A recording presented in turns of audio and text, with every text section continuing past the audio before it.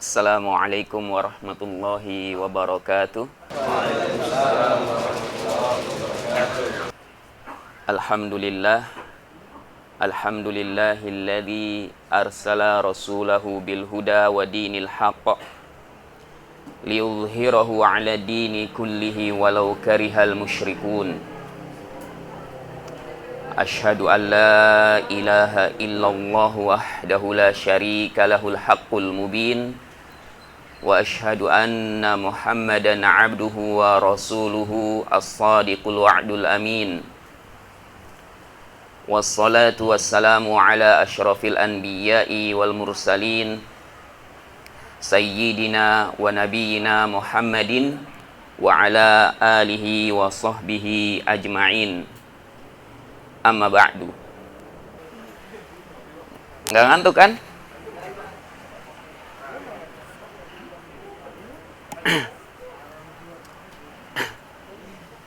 Teman-teman yang dimuliakan Allah Subhanahu wa taala, alhamdulillah kita bersyukur kepada Allah Subhanahu wa taala yang telah menganugerahkan kepada kita semua karunia dan kenikmatannya berupa taufik dan hidayahnya, sehingga pada malam hari yang berbahagia ini kita masih diberikan kesempatan untuk bermajlis di majlis yang mulia ini, majlis yang dinamakan dengan nongkrong berfaedah, ya, nongkrong berfaedah. Kenapa berfaedah? Karena di majlis ini selain kita bisa bertemu dengan saudara-saudara kita seiman, kita juga akan membicarakan perkara-perkara yang bisa meninggikan keimanan kita, menumbuhkan semangat kita dalam beribadah kepada Allah Subhanahu wa taala. Dan juga kita akan membacakan satu atau dua dari ayat-ayat Allah Subhanahu wa taala dan hadis-hadis Nabi kita yang mulia Muhammad sallallahu alaihi wasallam. Teman-teman yang dimuliakan Allah Subhanahu wa taala, kurang lebih hampir 2 tahun kita mendapatkan berbagai macam musibah, terutama musibah yang tak kunjung henti, yaitu menyebarnya wabah penyakit COVID-19. Terlepas dari perbedaan pendapat apakah COVID ini benar-benar ada atau murni konspirasi, atau penyakitnya ada, konspirasi juga, yang jelas ini semua adalah musibah yang Allah Subhanahu wa taala timpakan kepada seluruh manusia, terutama kepada bangsa Indonesia ini. Dan eksistensi dari penyakit ini pun sampai sekarang masih terus ada, hingga menjadikan banyak perubahan di kondisi masyarakat kita. Ada sebagian dari saudara kita yang mereka usahanya, pendapatannya menurun sampai bangkrut dan gulung tikar. Ada juga yang terkena imbas pengurangan pegawai atau karyawan, bahkan sampai di PHK. Ada juga yang kehilangan keluarga, meninggal dunia. Bahkan ada yang sampai memutuskan untuk bercerai karena tidak sabar menghadapi musibah-musibah yang sedang dihadapi. Padahal semua musibah yang terjadi disebabkan perbuatan tangan manusia itu sendiri dan dosa-dosa yang dilakukan oleh hamba-hamba Allah Subhanahu wa taala di muka bumi. Sebagaimana Allah Subhanahu wa taala berfirman, "Wa ma asabakum min musibatin fabima kasabat aydikum." Dan apa saja musibah yang menimpa kalian disebabkan perbuatan tangan kalian sendiri. Oleh karena itulah Ali bin Abi Thalib radhiyallahu anhu pernah berkata, "Ma nazzalal bala'u illa bidzanbin." Tidaklah musibah, ujian itu turun melainkan disebabkan dosa. Melainkan disebabkan dosa. Begitu juga yang harus kita yakini bahwa seluruh musibah yang terjadi merupakan perkara yang telah ditakdirkan oleh Allah Subhanahu wa taala. 50.000 tahun sebelum diciptakannya langit dan bumi.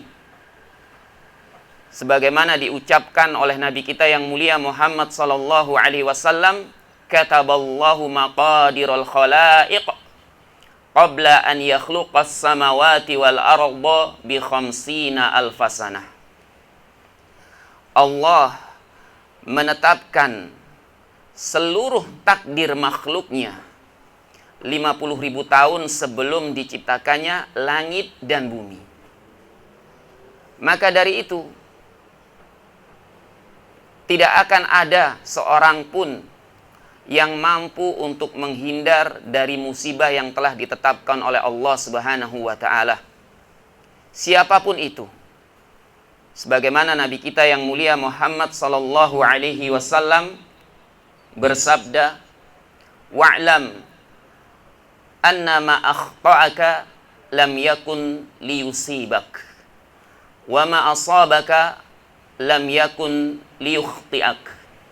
Ketahuilah, segala sesuatu yang telah Allah Subhanahu wa taala tetapkan menimpamu, segala sesuatu yang Allah Subhanahu wa taala tetapkan untuk tidak menimpamu, maka ia tidak akan menimpamu. Dan segala sesuatu yang Allah Subhanahu wa taala tetapkan untuk menimpamu, pasti akan menimpamu. Maksudnya, sebesar apapun usaha manusia untuk menghindari musibah yang akan menimpanya, dia tidak akan mampu, tidak akan bisa. Pasti musibah itu akan didapatkan oleh dirinya, walaupun dia dibantu oleh seluruh manusia yang hidup di dunia ini untuk menghindari musibah tersebut. Dan seandainya ada manusia yang dikecualikan oleh Allah Subhanahu wa taala untuk tidak mendapatkan musibah atau bisa menghindari musibah, maka para nabi dan rasul yang paling berhak untuk mendapatkan keistimewaan tersebut. Akan tetapi ternyata para nabi dan rasul merupakan manusia yang paling berat cobaannya, paling berat ujiannya. Sebagaimana hal ini langsung dikabarkan oleh Nabi kita yang mulia Muhammad sallallahu alaihi wasallam, "Asyaddun nasi bala'an al-anbiya." Manusia yang paling berat ujiannya, cobaannya adalah para nabi. Adalah para nabi. Ya. Kalau para nabi saja ujiannya sangat berat, maka kita pun juga akan mendapatkan ujian dari Allah Subhanahu wa taala. Dan ujian yang kita alami ini belum seberapa dibandingkan ujian yang dialami oleh para nabi dan umat-umat terdahulu. Umat-umat terdahulu, musibah, ujian dan cobaan yang mereka hadapi lebih berat daripada apa yang kita rasakan pada hari ini.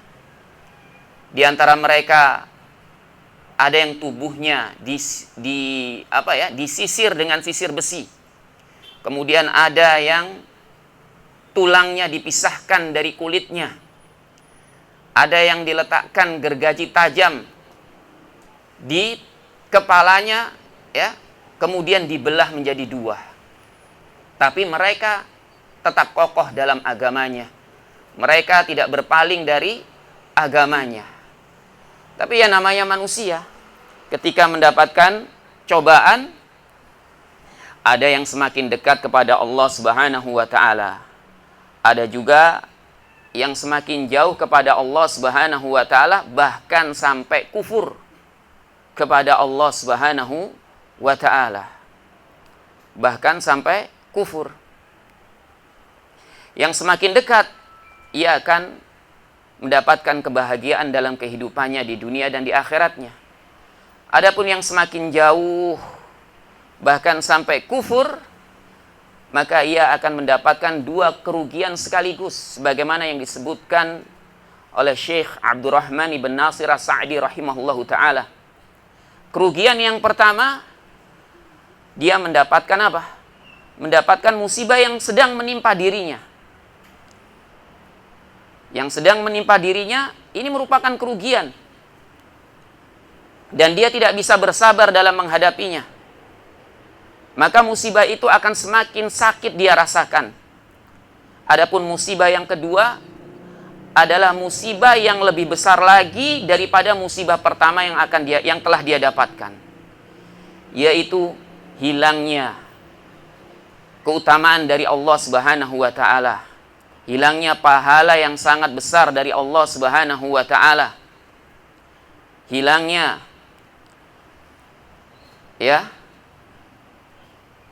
keimanan, dan juga hilangnya sesuatu yang berharga. Sesuatu yang berharga dari kehidupan dunia.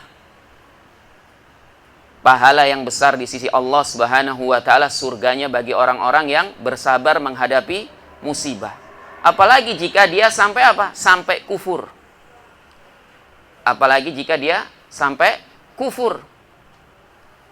Dan ini terjadi pada sebagian dari saudara-saudara kita. Naam. Padahal jamaah kaum muslimin, teman-teman yang dimuliakan Allah Subhanahu wa taala, pertolongan Allah Subhanahu wa taala pasti akan datang. Pasti akan datang. Selama seseorang yang mendapatkan musibah bisa bersabar dalam menghadapinya. Sebagaimana Rasulullah sallallahu alaihi wasallam bersabda, "Wa'lam anna nasra ma'as sabri." Ketahuilah, sesungguhnya pertolongan Allah Subhanahu wa taala itu datang bersama dengan kesabaran. Dan Allah Subhanahu wa taala juga berfirman, "Sayaj'alullahu ba'da usrin yusra." Allah Subhanahu wa taala akan menjadikan setelah kesulitan itu kemudahan. Di ayat yang lainnya Allah Subhanahu wa taala sampai mengulanginya dua kali. Mengulanginya dua kali. Ya. Inna ma'al usri yusra, fa inna ma'al usri yusra. Sesungguhnya bersama kesulitan itu ada kemudahan. Diulangi lagi. Sesungguhnya bersama kesulitan itu ada kemudahan. Apa maksudnya? Kenapa sampai diulang dua kali? Dikatakan oleh para ulama bahwa satu kesulitan yang akan dihadapi oleh seorang hamba akan didatangkan dua kemudahan dari Allah Subhanahu wa taala. Jadi kemudahan yang akan didapatkan oleh seorang hamba setelah dia mendapatkan kesulitan itu lebih besar daripada kesulitan yang dia hadapi. Namun ini semua hanya bisa diraih oleh orang-orang yang mau bersabar. Oleh orang-orang yang mau bersabar. Sabar ya dalam beribadah kepada Allah Subhanahu wa taala, sabar untuk tidak bermaksiat kepada Allah Subhanahu wa taala, dan bersabar dalam menghadapi segala gangguan ketika dia berbuat taat kepada Allah, ketika dia menghindari maksiat kepada Allah Subhanahu wa taala. Dan sabar itu tidak ada batasnya. Tapi maksudnya di sini bukan seperti yang dikatakan ya oleh orang-orang sebelah, kalau ditampar pipi kanan kasih pipi kiri. Bukan seperti ini. Bukan seperti ini. Bahkan dalam peperangan pun harus bersabar. Dalam peperangan pun juga harus bersabar. Dan sabar itu merupakan penyebab utama datangnya pertolongan Allah Subhanahu wa taala. Maka dari itu Allah Subhanahu wa taala berfirman, "Wasta'inu bis-sabri was-shalah." Dan mohonlah pertolongan kepada Allah dengan kesabaran. Dan juga dengan sholat. Kesabaran ini amalan hati, sholat ini merupakan amalan anggota badan. Intinya, seorang hamba harus tetap berada di jalan Allah Subhanahu wa Ta'ala, bagaimanapun kondisinya, sesulit apapun musibah yang dia hadapi. Dia harus berusaha bangkit. Seperti judul yang sedang kita, ya, ini judulnya apa? Bangkit. Bangkit apa? Bangkit ya, bukan bangkit dari kubur kan? Ya. Ya. Tadinya Ana bingung juga sama judulnya gitu ya. Soalnya nggak kepikiran apa yang mau disampaikan juga gitu ya. Ana gini nggak apa-apa ya, bebas ya. Enakan di bawah sebenarnya nih. Kalau di sini resmi banget kayaknya. Tapi udah direkam sih ya, direkam ya. Iya udah disiapin gini. Jadi terlalu serius gitu, Ana juga jadi tegang gitu kan ya. Jadi seru serius. Ya. Slow ya. Iya. Habisnya dari tadi kayaknya kok pada diam aja.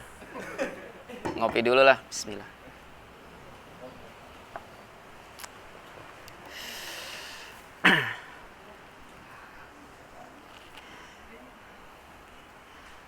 Baik, kita lanjutkan ya. Jadi seorang hamba, dia harus apa? Dia harus berusaha bangkit dari keterpurukannya, dari segala musibah yang dia hadapi. Jangan dia selalu bersedih. Jangan dia selalu bersedih meratapi musibah yang dia hadapi. Ini tidak akan pernah berhenti. Sebab manusia hidup di dunia ini akan selalu menjumpai berbagai macam musibah. Berbagai macam musibah. Ya, ini mau Ana ini aja deh, cocok-cocokin sama judulnya, ya. Cocok-cocokin sedikit ya. Jadi ada apa? Ada kata-kata bangkitnya gitu. Ya. Itu ya, apa namanya? Bangkit melawan atau tunduk atau diam tertindas. Atau tunduk tertindas. Ya. Kayak judul lagu jadinya. Ya. Ya intinya kita harus bangkit dari segala keterpurukan. Kita nggak bisa diam saja menghadapi musibah yang telah terjadi ini. Nggak boleh kita menyerah. Tidak boleh kita menyerah. Karena sebagaimana tadi sudah disinggung ya oleh saudara kita Akh Rizky, bahwa mukmin yang kuat itu lebih baik dan dicintai oleh Allah Subhanahu wa Ta'ala. Al-mu'minul qawi khairun wa ahabbu ilallah minal mu'minil dha'if. Mukmin yang kuat lebih baik dan lebih dicintai Allah daripada mukmin yang lemah. Kuat apanya maksudnya? Kuat apanya? Kuat badannya? Apa kuat Zaidun Qaimun? Hah? Kuat apanya? Hah? Kuat syahwatnya? Ya. Kuat apanya? Maksudnya adalah kuat imannya. Kuat imannya. Karena kalau kekuatan tubuh itu sifatnya nisbi. Itu sifatnya nisbi. Ada kalanya orang memiliki kekuatan tubuh, tapi ternyata apa? Tapi tidak bisa membawa dirinya untuk berbuat taat kepada Allah Subhanahu wa Ta'ala. Kan banyak tuh kata-kata yang mengandung nasihat. Naik gunung kuat, ya kan? Jalan ke masjid nggak kuat. Nggak usah jauh-jauh jalan ke masjid. Ya, naik gunung suruh sholat aja udah mending. Kadang-kadang ada yang udah naik gunung tapi nggak sholat. Padahal sholat itu paling lama berapa menit sih? 15 menit. Kurang dari itu juga bisa. Itu sudah sama wudunya. Sudah sama apa? Wudunya. Tapi nggak bisa, tapi dia naik gunung kuat. Ada juga orang yang kuat badannya tapi digunakan untuk menindas. Oleh karena itu yang dimaksud dengan mukmin yang kuat di sini adalah kuat apa? Keimanannya. Kuat keimanannya. Ya, dibandingkan dengan mukmin yang lemah. Wa fi kullin khairun. akan tetapi pada keduanya itu ada kebaikan. Orang mukmin yang lemah imannya itu ada kebaikannya juga, dan dia lebih baik daripada orang yang kafir. Daripada orang yang kafir. Ya. Bukan berarti orang mukmin yang lemah imannya nggak ada kebaikan. Oleh karena itu dikatakan oleh Nabi Shallallahu alaihi wasallam, wa fi kullin khairun, dan pada keduanya ada kebaikan. Walaupun lemah imannya, tapi ada kebaikan bagi dirinya, dan dia lebih baik daripada orang yang kafir.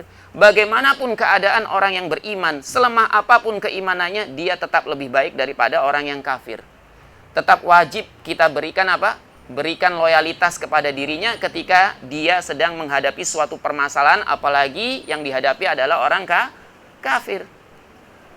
Ya.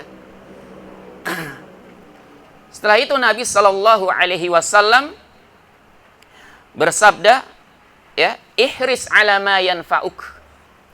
Bersemangatlah dalam perkara-perkara yang bermanfaat bagimu. Bersemangatlah dalam perkara-perkara yang bermanfaat bagimu. Baik perkara tersebut, ya, memberikan manfaat dalam urusan agama kita maupun dunia kita. Akan tetapi yang lebih diutamakan adalah bersemangat dalam urusan apa? Urusan agama kita. Sehingga kalau ada perkara dunia yang memberikan manfaat kepada kita namun berbenturan dengan perkara agama, mana yang kita dahulukan? Mana yang kita dahulukan? Perkara apa? Hah? Perkara agama. Ya, perkara agama. Sesibuk apapun kita dalam mencari nafkah, dalam bekerja, ketika adzan sudah dikumandangkan, maka hendaknya kita bersegera untuk melaksanakan sholat. Jangan ditunda-tunda. Kecuali jika memang ada suatu pekerjaan yang nggak bisa kita tinggalkan. Kalau kita tinggalkan, akan apa? Akan membawa bahaya misalkan. Akan membawa bahaya. Seperti apa? Seperti misalkan dia security. Ya, dia boleh untuk apa? Untuk menunda waktu sholatnya, tapi harus tetap sholat. Harus tetap sholat. Karena kalau misalkan perkara agamanya ini baik, ya, perkara agamanya ini baik, maka akan membawa maslahat bagi urusan dunianya. Tapi sebaik apapun urusan dunia seorang hamba, namun perkara agamanya ini jelek, rusak, maka tidak akan membawa maslahat. Bahkan bisa menjadikan maslahatnya itu sirna, hilang. Bisa menjadikan maslahatnya itu sirna dan hilang. Maka dari itulah teman-teman yang dimuliakan Allah Subhanahu wa taala, di sini ya, kita harus bersemangat untuk melakukan perkara-perkara yang bermanfaat, terutama yang bisa apa? Bisa menambah keimanan kita. Bisa menambah keimanan kita. Kalau misalkan perkara yang bermanfaat dalam urusan dunia ini nggak ada habisnya. Ini nggak ada habisnya. Maka dari itulah di awal hadis Nabi Shallallahu alaihi wasallam menjelaskan mukmin yang kuat. Kuat apanya? Kuat imannya. Kemudian beliau bersabda, ihris ala ma yanfa'uk. Bersemangatlah dalam perkara-perkara yang bermanfaat bagimu, terutama yang berkaitan dengan apa? Dengan keimanan yang bisa menumbuhkan keimanan kita, menguatkan keimanan kita kepada Allah Subhanahu wa taala. Karena iman inilah yang akan membawa ketenangan kehidupan bagi kita di dunia dan di akhirat. Bagaimanapun kondisi seorang hamba, kalau ada keimanan, dia pasti akan mendapatkan ketenangan. Dia pasti akan mendapatkan ketenangan. Ya. Berbeda dengan mereka yang tidak punya keimanan. Sid Vicious saja mati overdosis. Tahu nggak antum siapa? Sid. Hah? Dia mati overdosis. Ada yang mengatakan dia sengaja buat overdosis. Ya, karena dia pengen bunuh diri. Tahu nggak? Wah, nggak baca. Ya. Kemudian siapa lagi? Wendy Williams. Tahu nggak? Vokalisnya Plasmatics kalau nggak salah ya. 3 kali nyoba bunuh diri. Yang pertama dia coba menusukkan pisau ke dadanya. Sampai apa? Sampai ke tulangnya, nggak jadi. Takut kayaknya. Habis itu dia nyoba untuk overdosis, tapi ternyata nggak mati. hingga akhirnya ditemukan mayatnya dalam keadaan menembak dirinya sendiri di hutan kota dekat rumahnya. Kemudian, tahu vokalisnya Joy Division nggak? Ian siapa ya? Bukan. Ian Kasela. Bukan. Ian Curtis apa namanya? Ya. Bunuh diri juga. Bunuh diri. Ditemukan mayatnya sedang, ya, dia menggantung dirinya, matinya itu gantung diri. Kemudian Kurt Cobain, ya, tanggal berapa? Tahun 94. Matinya tahun 94. Ditemukan di mana? Di rumahnya. Yang nemuin siapa? Yang nemuin PLN. Karena mau apa? Karena mau benerin listrik. Ternyata sudah apa? Sudah mati berapa hari sebelumnya. Ada yang mengatakan dia menembak dirinya sendiri, ada yang mengatakan overdosis. Padahal mereka semua ini sedang apa? Sedang di masa-masa mendapatkan suatu ketenaran. Sedang mendapatkan masa-masa, ya, merasakan suatu ketenaran. Tapi itu semua nggak bermanfaat. Itu semua nggak bermanfaat. Harta-harta yang mereka miliki semuanya nggak bermanfaat karena mereka nggak menemukan ketenangan dalam dirinya. Nggak menemukan ketenangan dalam dirinya. Sebab nggak ada keimanan yang apa? Yang menenangkan dirinya, yang bisa memberikan jalan yang benar kepada diri mereka. Ya. Seperti juga beberapa teman-teman yang dia apa? Yang dia masih bergelut di dunia underground. Kebanyakan dari mereka itu kosong jiwanya. Kebanyakan kosong jiwanya. Dan kesenangan, kebahagiaan yang mereka dapatkan itu hanya ketika di event-event tertentu saja. Setelah itu apa? Setelah itu mereka jiwanya kosong. Ya. Maka dari itu kita dapatkan beberapa teman-teman itu sudah ada yang hijrah. Kalau kita tanya kenapa? Ya karena jenuh.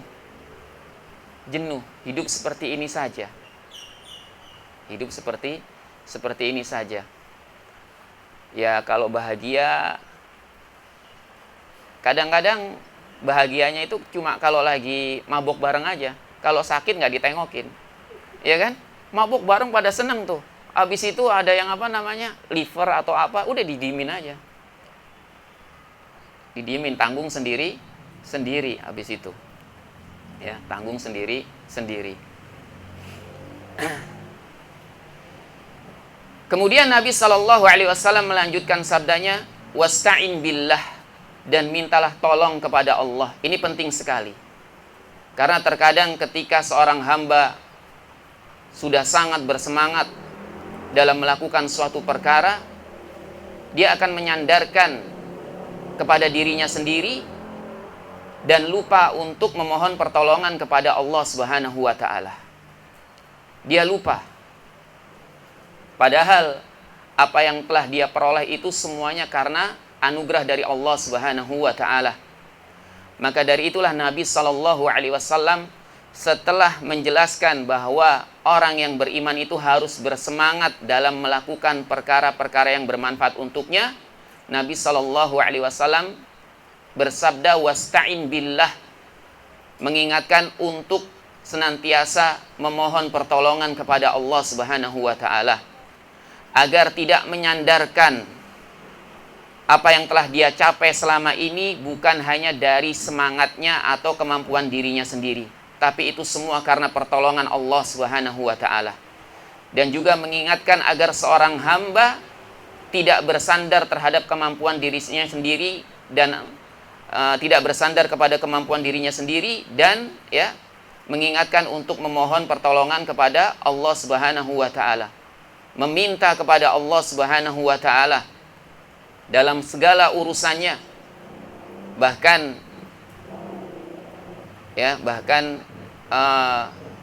sendal kita putus pun talinya, itu dianjurkan untuk apa? Memohon kepada Allah Subhanahu wa taala. Sebagaimana perkataan Aisyah radhiyallahu anha, salullah, mintalah kepada Allah walaupun tali sendal kita yang putus. walaupun tali sendal kita yang putus.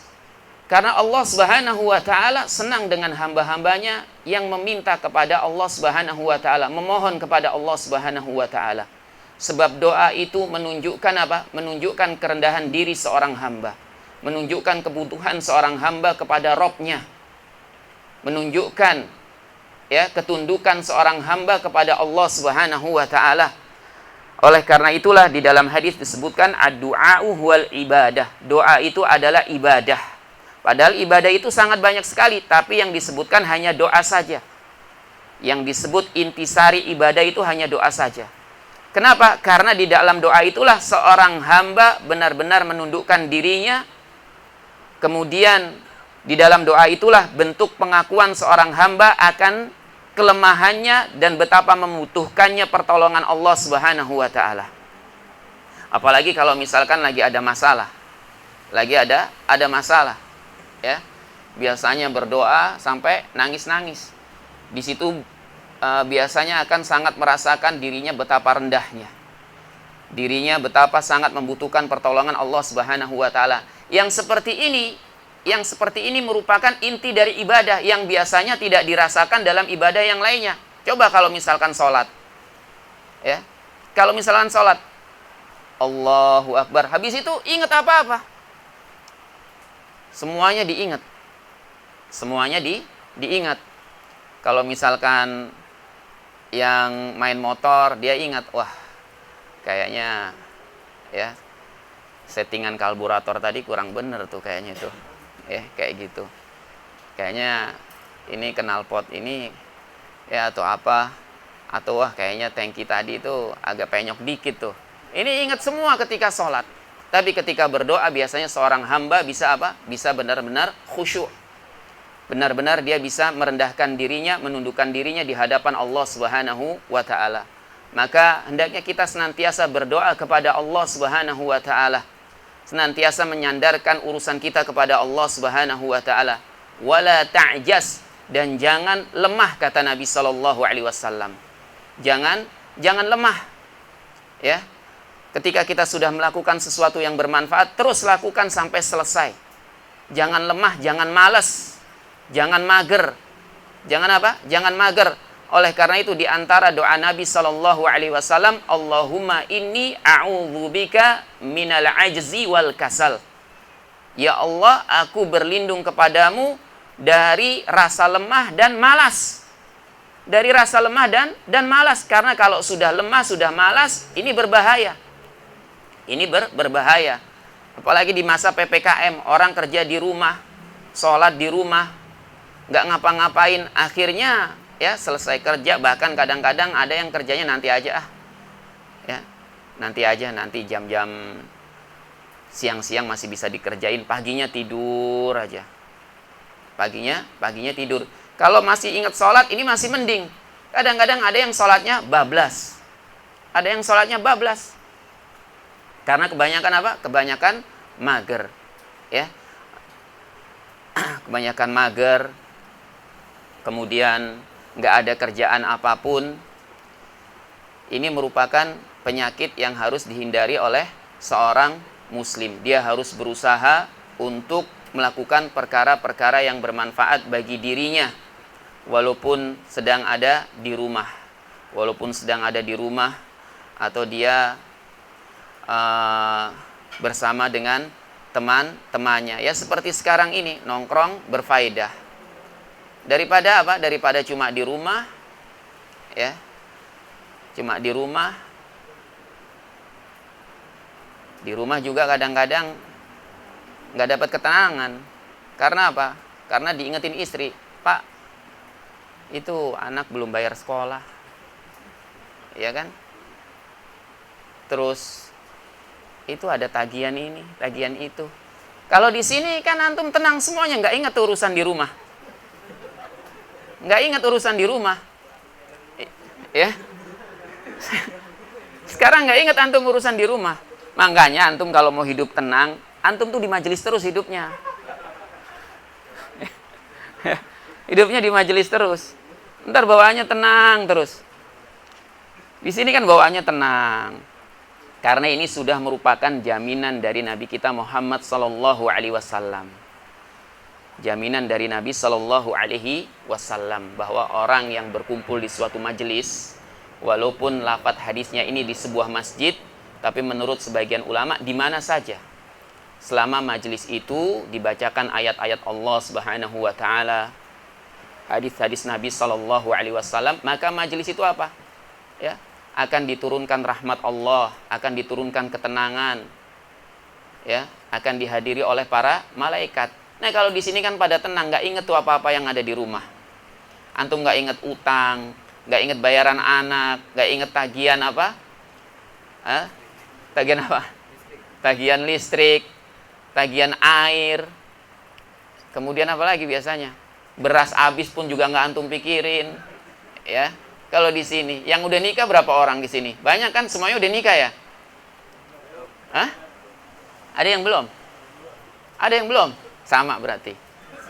Belum 2 kali maksudnya. Ya. Ya. Kalau yang belum nikah nih biasanya dia tenang-tenang aja. Dia tenang-tenang aja, nggak punya namanya pikiran apa namanya? Pikiran ya, inget tagihan listrik, tagihan apa, seperti itu. Justru nggak tenang ya? Tenang nggak? Nggak tenang.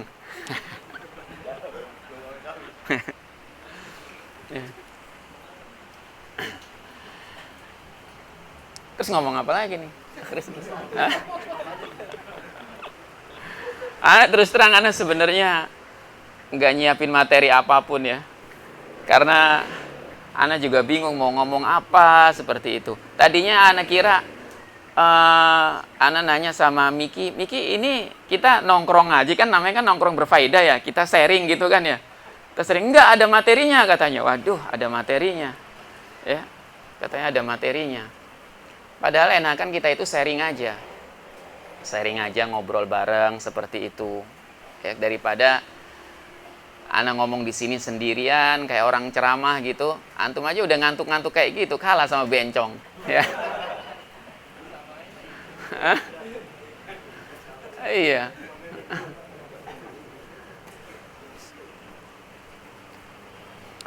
Tapi kalau nungguin Burger Kill manggung kuat banget walaupun jam 12 manggungnya. Ya. Iya kan? Ya gitulah teman-teman yang dimuliakan Allah Subhanahu wa taala. Ya.